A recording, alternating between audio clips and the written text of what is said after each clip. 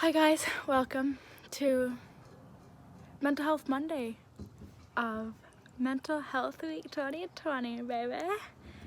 I am so excited about this week. I'm bringing you guys something new every single day, something mental health related, mental well-being related. You know what, it's a beautiful day. I needed to get out of the house. I have my unicorn slippers on. I shaved my legs. Life is great. So today's video is all about breaking the stigma. Mental Health Week is all about bringing awareness, support, and light to mental health, and it strives to break the stigma just a little bit more every year. Let's start off by talking about what mental health is in general, which seems funny that I haven't talked about that yet. It is so bad that I'm in a spinny chair right now. Mental health is the overall level of social, mental, and emotional health of a person. It's all just about how we think, how we feel, and how we act. I should stop spinning. Okay. Having good mental health means that you can handle stress well, that you think things through well, that you deal with emotions well and in a healthy manner. So really just your level of mental well-being determines how we handle stress, relate to others, and make choices. One of the main questions is, what's the difference between mental health and mental illness? The best way to think of it is like just your overall physical health. You can feel unwell and simply have a short cold, or you could feel really ill and have a prolonged illness, like a cold versus cancer. You still take a cold seriously and you still take care of a cold just like you do with your mental health. Mental health is every day. Mental health is not just one thing or one moment in your life. Everyone experiences mental health every single day, just like everyone experiences physical health every single day. Just like illnesses in the physical and internal body terms, not everyone will have an illness in their life, physical, mental, but everyone will experience health, mental, and physical. So an example of that would be feeling anxious versus having anxiety. So a lot of people feel anxious, when they're about to do a test, when they're about to speak in front of the class, whatever.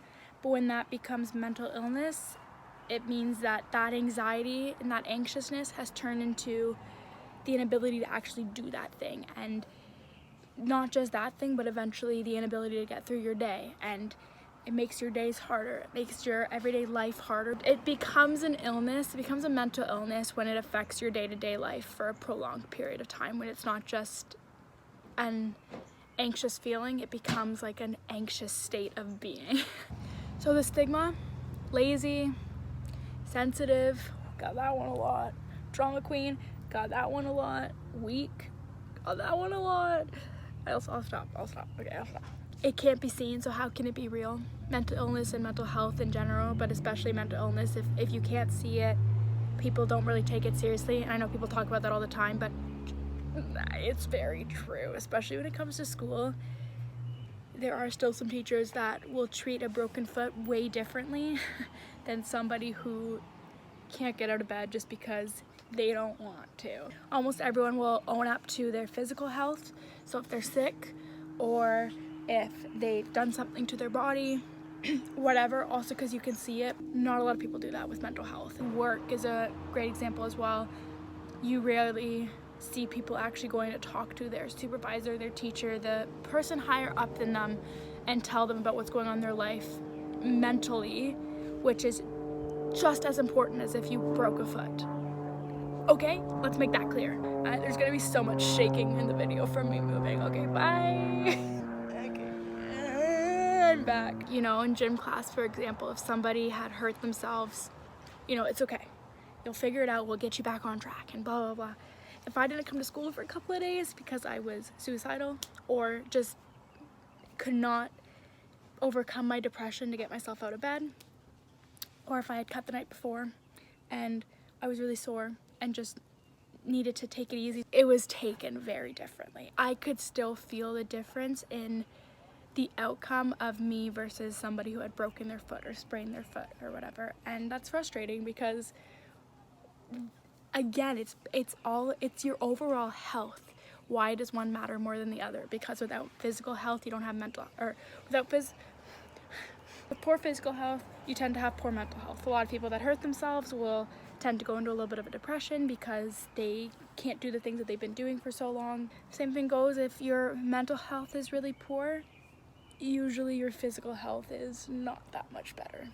So you need both. Treat both as equally important, and don't make someone feel bad for the health that they are struggling with. Capiche? Capiche. So what is the importance of mental health? Why do I talk about it? Why should anyone give a crap about that I'm talking about it? That's annoying, hold on. The importance of mental health is, it's a stepping stone to a happy life. You can have great physical health, great spiritual health, whatever.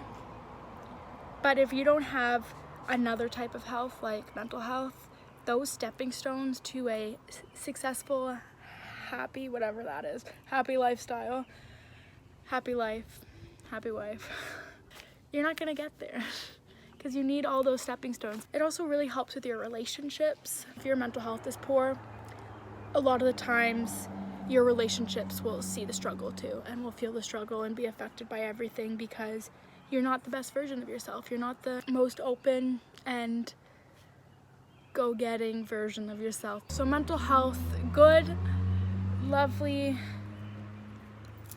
awesome, well, decent mental. Let's strive for decent, because I think that's realistic. It supports a successful, fulfilled, and content, because happy is just so scary, content life. If you have good mental health and mental well-being, you can reach those goals because you have the ability to cope with the stress that comes along with reaching your goals, and the ability to cope with the failure that comes along with reaching your goals. And you know your purpose, you know what you like, you know what you want, all those things. That all comes from good mental health, or the journey to good mental health, because you want good mental health, so you're on that journey to get there and to find that stepping stone.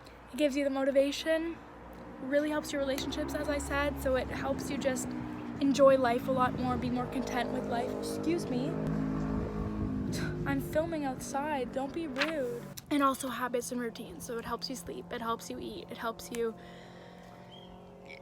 do things, get out of bed and do things and make memories and enjoy life to the fullest extent. I want to make it clear, good mental health does not mean you are happy 24/7. Good mental health just means you have learned healthy coping mechanisms, compassion towards yourself, and respect and understanding for your struggles.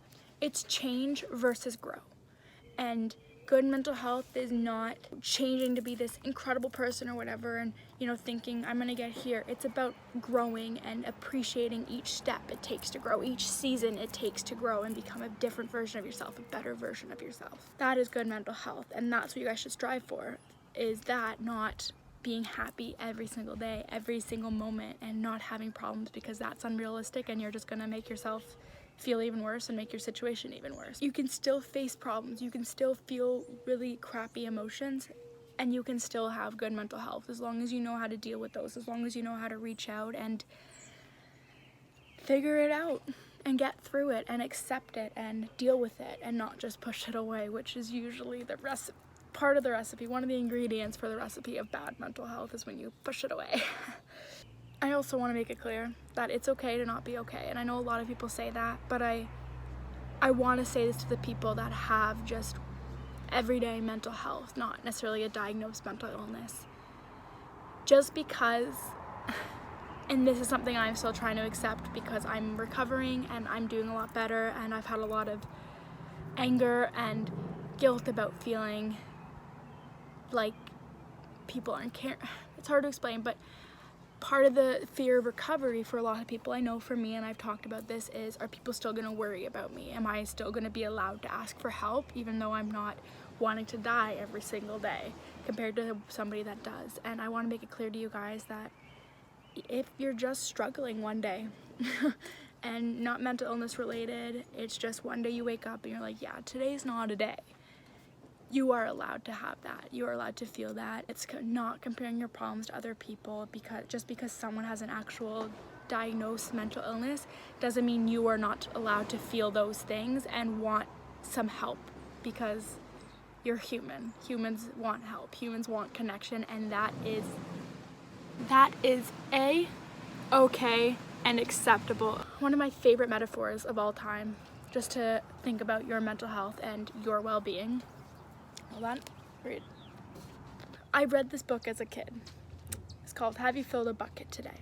I think a lot of teachers read it with their students, and if not, I'll quickly summarize it. So the book is all about how we all carry a bucket around every day, an invisible metaphorical bucket every day. We can either choose to fill someone's bucket or take away from their bucket. So when we're being mean, we take away from their bucket and we empty their bucket, where if we're nice to them, we fill up their bucket just a little bit more. And I've always used that metaphor for self-love. As someone who's an empath, which means I am a sponge, sensor, whatever you want to call it, to emotions and to people's emotions and the problems of the world. And even if I don't know someone and I walk by them on the street, I can almost immediately tell how they're feeling and want to fix it and help it, and I'll carry it around almost the rest of the day. You have your bucket, and I want you guys to think about if you're filling up people's buckets or taking away from their buckets. But I also want you guys to think about the fact that we cannot give from our bucket, we cannot provide from our bucket to other people if we have not filled our bucket. And we are in charge of filling our bucket, because unfortunately you can't always expect that other people are going to do it for you. A lot of people will, and it's lovely, and thank them and love them and just snuggle them, but at the end of the day, you need to make sure you're filling your bucket too, and it's at an adequate level for you and for your recovery and your well-being altogether, so that you can help other people and you can fill their buckets. And that's pretty much what self-care is it's filling your bucket up yourself, giving yourself the energy, the love, so that you can just give it back out into the world. You can't do that. You can't give to anybody if you don't have anything to give. That's Mental Health Monday, first day of Mental Health Week. I'm really excited for this week. Make this week about mental health, not just about what's going on with the pandemic, which is important, but I think it's okay if we give ourselves this week to focus on our mental well-being, not just our physical. I'm sending love and hugs and all the positive vibes, and I'll see you tomorrow for another video. Okay, bye.